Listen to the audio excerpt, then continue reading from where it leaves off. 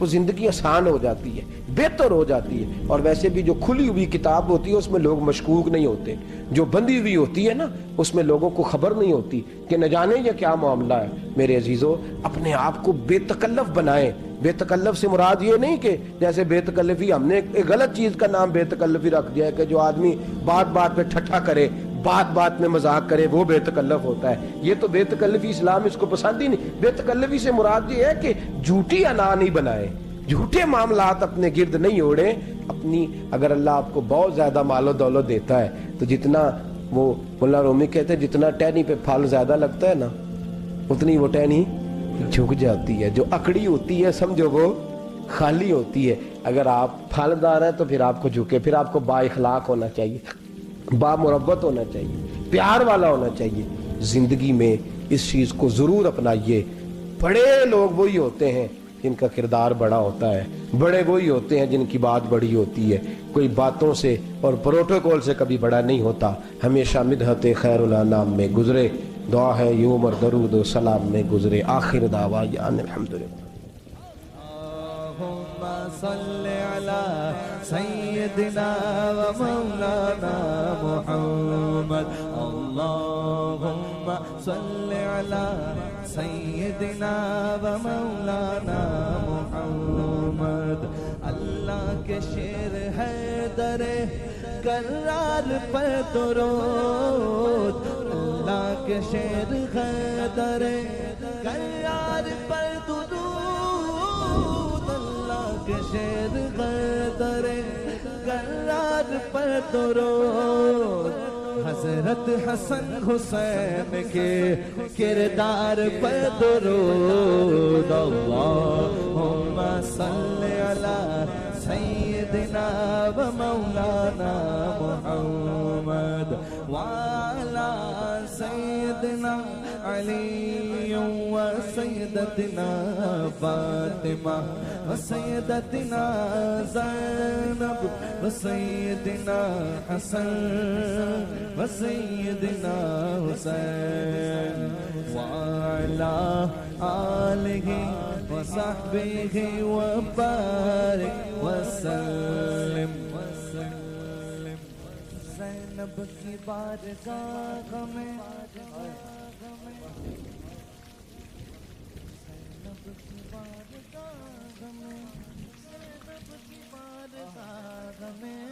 زینب کی بارگاہ میں سلام نیاز ہے. زینب کی بارگاہ میں سلام نیاز ہے. جو مرتضیٰ کی لاڈلی زہرا کا ناز ہے. اللہم صل علی سیدنا و مولانا محمد وعلی سیدنا علی و سیدتنا فاطمہ و سیدتنا زینب و سیدنا حسن و سیدنا حسین.